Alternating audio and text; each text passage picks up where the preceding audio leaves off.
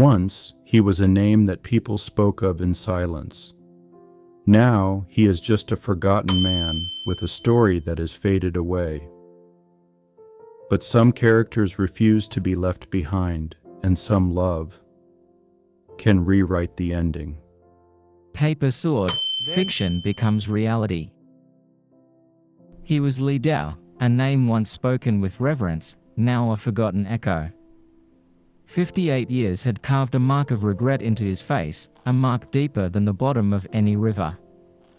He lived silently in a dark corner of the world, the grey of self-exile. A writer haunted by his greatest tale, a ghostly tale that has yet to leave. They say he was once a genius in swordsmanship, where steel sang and shadows danced. But eventually, the legend faded, leaving only the silence of the man who wrote it. From The Waiting Plum Tree by Li Tao. However, the characters he conjures are not confined to the page. They struggle in the ink, whispering through each sentence, as if they were not just words, but fragments of the life he left behind. In an unpublished manuscript, Li Tao once wrote, "Characters are not invented by imagination, but people we have left behind in our memories. They wait in the ink, waiting for the day we accept that they once existed." And maybe, he started to believe it was true. Among these restless spirits, there was one face that haunted him more than any other, Xiao Mai. Her image was everywhere, on detached paper, plastered to the walls, woven into the fabric of his dreams. She was the woman he had been waiting for. She was the one he had unknowingly left behind, not just in the stories, but also in the vast, indifferent land of centuries. Her eyes, though merely charcoal, were filled with a deep desire that pierced his heart. He always saw her, under that plum tree, always waiting, just out of reach. She is the heart of the story he could not finish writing, a story that drips onto the page like blood from an old wound. He sat at his messy desk, the air thick with dust and unspoken words, the apartment silent like a cage he had built with his own hands, grey, cold, and still. His fingers trembled slightly as they floated above the keyboard. He typed out a sentence, a single line, but it was heavier than the verdict. She waited under the plum tree, waiting for the warrior who never came. Those words appeared on the screen, clear and solid.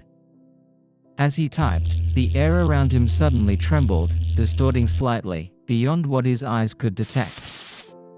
The entire room seemed to stop breathing for a moment. The air above his desk trembled before it tore like worn paper. It wasn't just a metaphor, it was a real crack, a wound in the fabric of reality. An inexplicable scent of cherry blossoms, something that shouldn't be in this sterile room, wafted up in the air. The petals were unrealistically vibrant, drifting down from where no one could see them. His manuscript lay open beside the keyboard, emitting a soft light from within. The words on the page seemed to wriggle, as if they were alive. Then, from the cracks in the air, a soft but clear whisper sounded. It was a voice he was familiar with but could not identify, filled with deep sorrow and accusation. "Why did you leave me behind? Tao?" The voice trembled, as soft as a falling plum petal, but heavy enough to rip the silence of the entire room apart. The whisper hit him like an invisible force. The room spun. The light from the manuscript flickered once, then went out. He collapsed onto the table, consciousness fading away, leaving behind only the fragrance of flowers and the echo of unanswered questions. He woke up to the smell of damp earth and ancient stones. The air was fresh, swaying with the distant chirping of birds. He lay in the shadow of a vast, silent mountain, its peak hidden behind a thick curtain of clouds. This was not his grey apartment, but the Yunnan of hundreds of years ago. A sword lay at his side, the hilt simple, but the blade emitted a low rumbling sound, like an echo from the past. When he gripped it, the sword was surprisingly light in his hand, yet heavy with memories. He looked down, expecting to see his own wrinkled hands, but what appeared was young skin, unblemished by time. But the fatigue in his bones, the anguish in his soul, was still that of a 58-year-old man. Then he saw her, standing beneath a plum tree full of delicate, glittering blossoms. It was Xiaoma, no longer just ink on paper, but real flesh and breath. Her eyes were fixed on him, a look too profound to interpret. She approached him slowly, with a soft but clear voice, crossing the short distance as if crossing time. "You wrote me back," she said, her voice gentle and trembling, as if she had been waiting for more than half her life.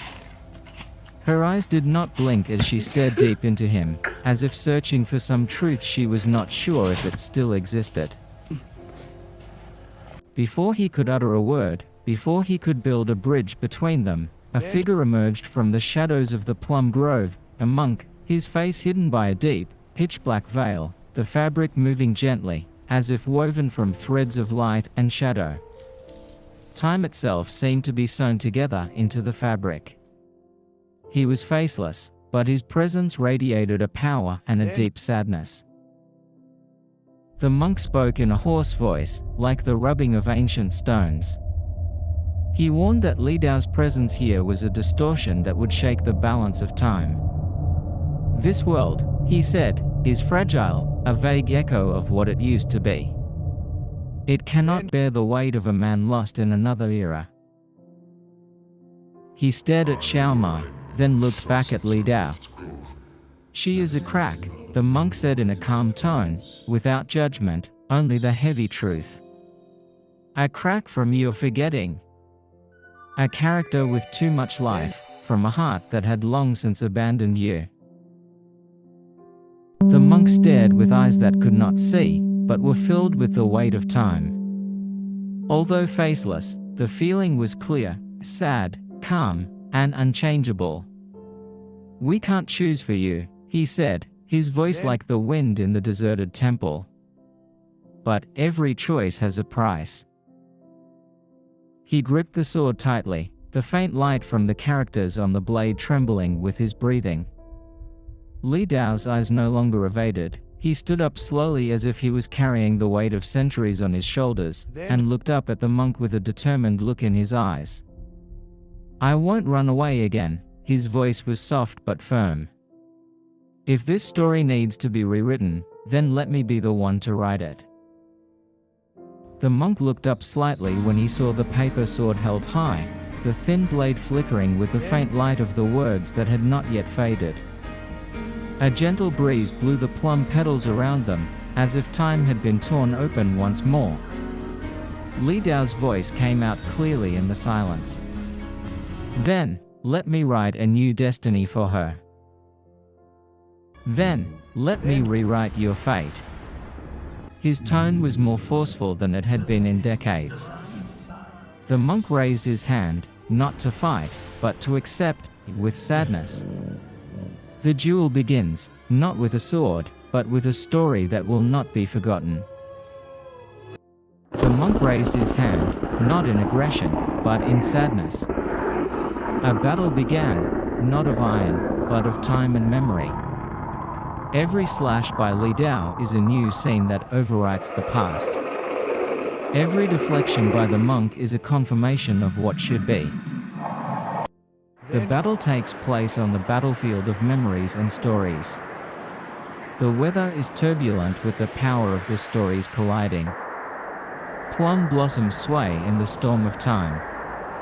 Li Tao fights with the skills of a forgotten genius, multiplied by the love of a man who has a second chance. He won. The monk retreated, his body shaking like a dying flame. The guardian of time was defeated not by physical force, but by the power of an undying story. However, this victory came at an unavoidable price. Li Tao felt a deep fatigue flow through his body. He looked down. It wasn't blood flowing, but his own light. The edges of his shadow began to blur, fading away. He was being swallowed, just as the monk had warned. This world was accepting him back, melting him into its own fading story. Xiaomai rushed over and grabbed his hand. Her touch was warm and real.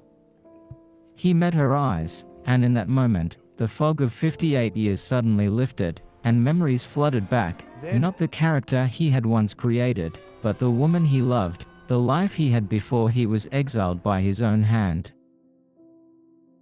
"I remember now," he whispered, his voice fading like light fading from his body. "You were never just a story."